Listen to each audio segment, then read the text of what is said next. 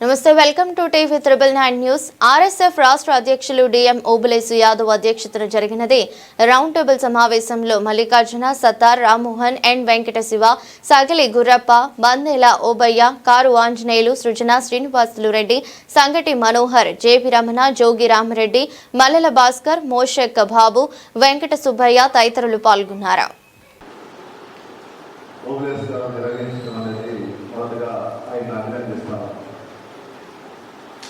రాష్ట్రం వెళ్ళిపోయి 12 సంవత్సరాలు కానీ ఈ రాష్ట్రంలో కానీ కాంగ్రెస్ పార్టీకి 10 సంవత్సరాల అధికారంలో తర్వాత బీజేపీకి అనుకూలమైనటువంటి ప్రభుత్వం విడిపోయినటువంటి నవ్యాంధ్రలో అధికారంలో జగన్మోహన్ రెడ్డి కావచ్చు, లేకపోతే శక్తులు కావచ్చు, బీజేపీని ఆశీస్సులు తీసుకునేటువంటి శక్తులు. ఇప్పుడు మళ్ళా చంద్రబాబు నాయుడు అధికారంలోకి వచ్చింది. హైదరాబాద్ లో ఒక పెద్ద ఆర్థిక అటు ఇటు కళలు పూసి ఏదో చేయడానికి ప్రయత్నం జరుగుతారు. పోయిన 5 సంవత్సరాలు ఈ రాష్ట్రంలో ఉండదు. ఎవరు కూడా కూర్చొని మాట్లాడుకుంటే పదార్థాలతో ఆయన తిరిగితే ఇళ్లలో కూర్చోకుండా బయటకు వస్తే, రెండోది ఉపాధి అవకాశాల గురించి మాట్లాడేటువంటి పరిస్థితే లేదు. అసలు ఉన్నటువంటి అమరాజా లాంటి ఫ్యాక్టరీలను ఈ రాయలసీమానికి తరివేసినటువంటి పరిస్థితి సమీక్షలో ఈ రాష్ట్రాన్ని 3 జోన్లుగా విభజించారు. ఈరోజు ఈనాడు పత్రికలో వచ్చేది. ఇది ఎలా కలెక్టర్గా పనిచేస్తున్నటువంటి కృష్ణబాబు అధికారిగా నియమించారు. అంటే అప్పుడు అధికారి నిరాకరణ చేసినప్పుడు ఆయన ఓడిపోయారు మన ప్రభుత్వం. మన తర్వాత బీజేపీలో పోయాడు. బీజేపీలో పోయిన తర్వాత ఇప్పుడు ఆయన అనకాపల్లికి ఎంపీగా అయ్యాడు. ఆయన పుట్టింది పెరిగింది రాయలసీమ. 1,00,000 కోట్లతోటి స్టీల్ ప్లాంట్ అక్కడ పెట్టించడానికి పారిశ్రామికవేత్తలను ఒప్పించి అక్కడ శరవేగంగా పనులు జరుగుతాం. కూడా లేదు, 50 కిలోమీటర్లు కూడా లేదు. మరి అంత దగ్గరలోనే క్షమాపణ చెప్తాడా లేకపోతే ద్రోహం చేశాడని చెప్పి చెప్తాడా అనేటువంటిది ఈ రౌండ్ టేబుల్ సమావేశం సందర్భంగా ఆయన బాగుంటుందేమో ఆలోచించాలని చెప్పి నేను విజ్ఞప్తి చేస్తాను. రెండోది, రాజశేఖర రెడ్డి గారు ఇప్పుడు కప్పచెట్లు పడుతుంది, అది వేరే విషయం అనుకోండి. ఇదే ఎంపీ 3 సార్లు ఎంపీగా గెలిపించారు. అతను 3 సార్లు అంటే వీళ్ళ కుటుంబమే ఈ జిల్లా ఎంపీగా. ఈయనకు వచ్చినటువంటి ఎంపీలు, వైసీపీకి వచ్చినటువంటి ఎంపీలు ఎక్కువ ఒక్కటి తప్ప కడపగా 4 ఎంపీ సీట్లు వాళ్ళకి. తర్వాత పార్లమెంట్ లో ఇప్పటికి కూడా వీళ్ళ సహకారం. ఈరోజు రెవల్యూషనరీ స్టూడెంట్స్ ఫోరం ఆర్ఎస్ఎఫ్ ఆధ్వర్యంలో రాయలసీమ ప్రాంతీయ కమిటీ ఆధ్వర్యంలో రౌండ్ టేబుల్ సమావేశం నిర్వహిస్తూ ఉన్నాం.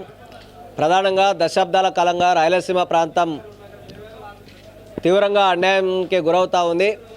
ఇవాళ రాయలసీమ పాలకులే ఈ ప్రాంతాన్ని పరిపాలిస్తూ ముఖ్యమంత్రులుగా, ప్రధానమంత్రులుగా, ఎమ్మెల్యేలుగా, ఎంపీలుగా గద్దెనెక్కిన తర్వాత రాయలసీమ ప్రాంతాన్ని పూర్తిగా విస్మరించి ఇవాళ నిధులు నియామకాలలో ఇవాళ రావాల్సినటువంటి పరిశ్రమల్లో ఇవాళ పాలక వర్గాలు నిలువున మోసం చేస్తూ ఉన్నాయి.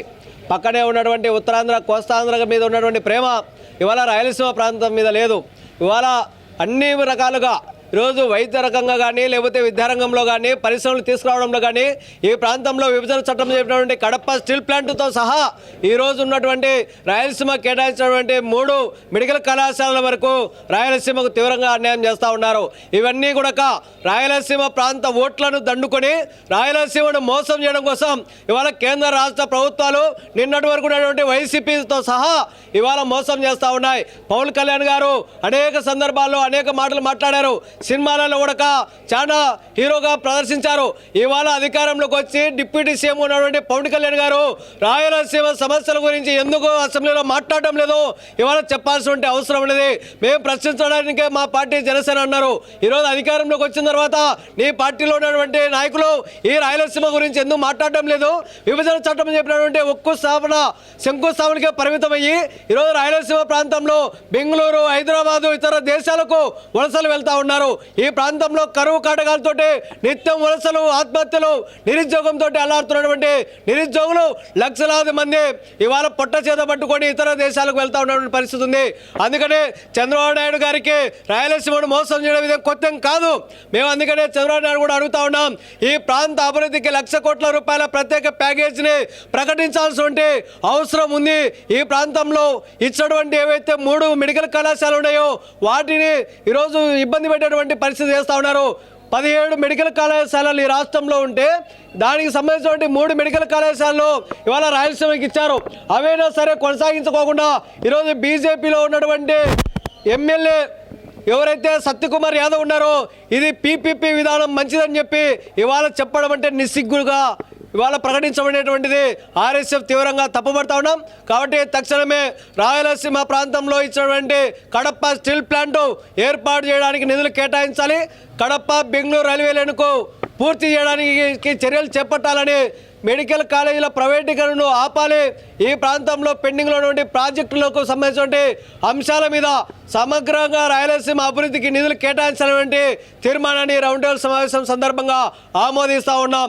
ఇప్పటికైనా సరే పాలక వర్గాలు ఆలోచన చేసి ప్రాంత సమస్యల్ని పరిష్కారం చేయాలని, ఇక్కడ నీళ్లు, నిధులు, నియామకాల అంశాల మీద అసెంబ్లీలో ప్రస్తావించాలని చెప్పి, లేకపోతే పెద్ద ఎత్తున ఆందోళన చేస్తామని చెప్పి హెచ్చరిస్తూ ఉన్నాం.